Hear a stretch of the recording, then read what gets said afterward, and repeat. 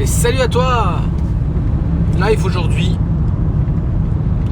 Les galères de l'investissement immobilier. Ça, c'est des bons titres, ça. C'est pas soit millionnaire avec l'investissement immobilier, c'est les galères de l'investissement immobilier. Vous le savez, je vous le dis et je vous le répète, je suis depuis des années, on peut parler de ça, sur un immeuble d'environ 160-170 mètres carrés à peu près, dans l'est de la France, à Metz, à côté de Metz, tout proche de Metz, pour faire donc il est divisé actuellement en un F2, un garage de 60 mètres carrés, un F2 de 60 mètres carrés et un T7.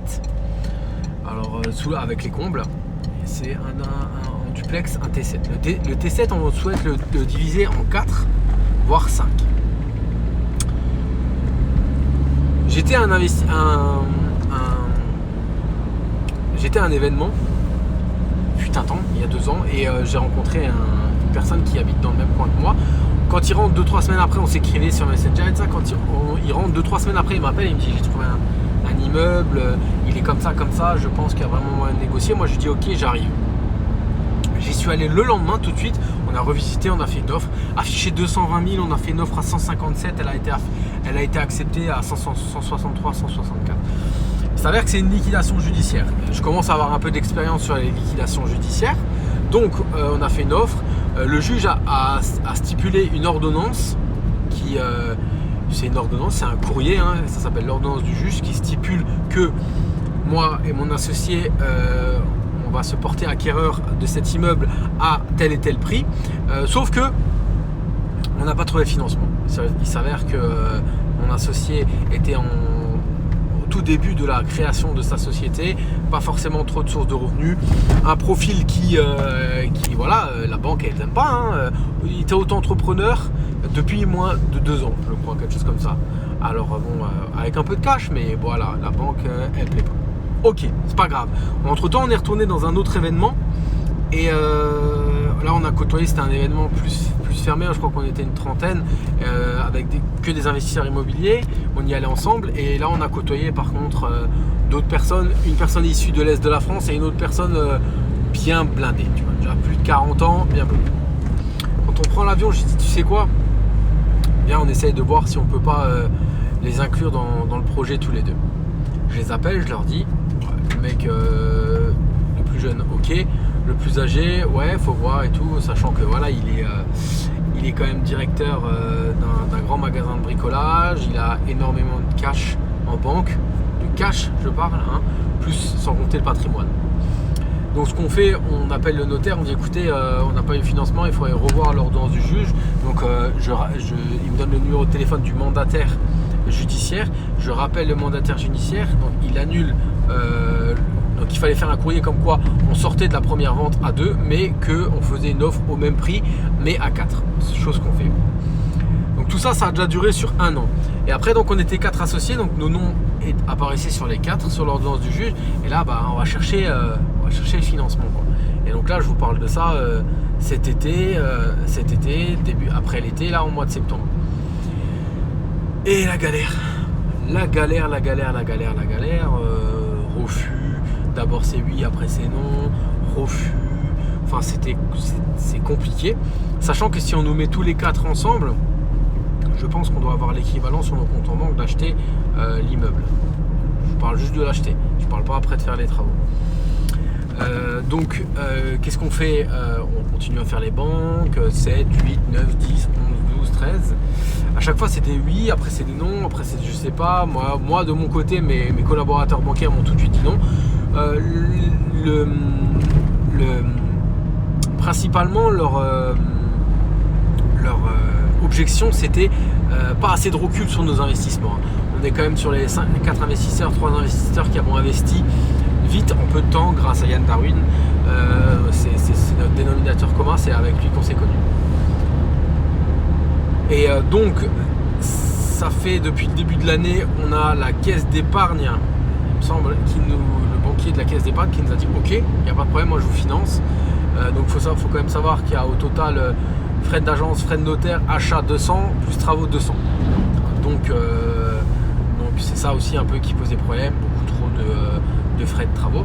Il a dit qu'il nous finançait, donc il a une délégation quand même jusqu'à 400 000 euros, donc la délégation c'est jusqu'à quelle hauteur lui il peut nous financer. Bref. Donc on est en attente du service de cautionnement. Donc lui il dit oui, mais après il faut aussi que le service de cautionnement dise oui pour valider. Et là hier soir, c'est pour ça que le titre de cette vidéo c'est les galères de l'investissement immobilier. Hier soir, la clerc de notaire m'appelle.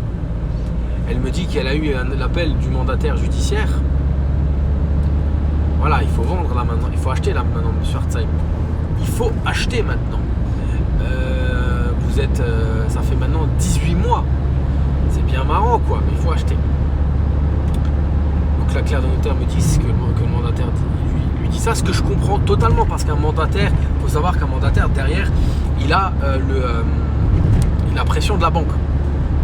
Moi j'appelle mes associés, je dis et donc selon le banquier on a la réponse de la SACEF soit fin de semaine, soit début de semaine. Je vous le dis entre nous, moi je le crois pas.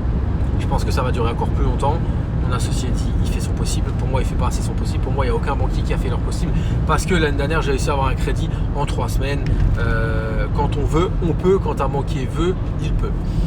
Bref, c'est mon associé qui s'est occupé de la levée de fonds, du montage du dossier bancaire. Je laisse gérer ça. Moi, mon rapport, mon taf à moi était négocié. C'est la relation avec l'agent immobilier, avec le notaire et avec le mandataire judiciaire. Donc voilà, c'est des galères. On achète largement en dessous du prix du marché. Bon, il y a des travaux pour faire quelque chose à la team rentable.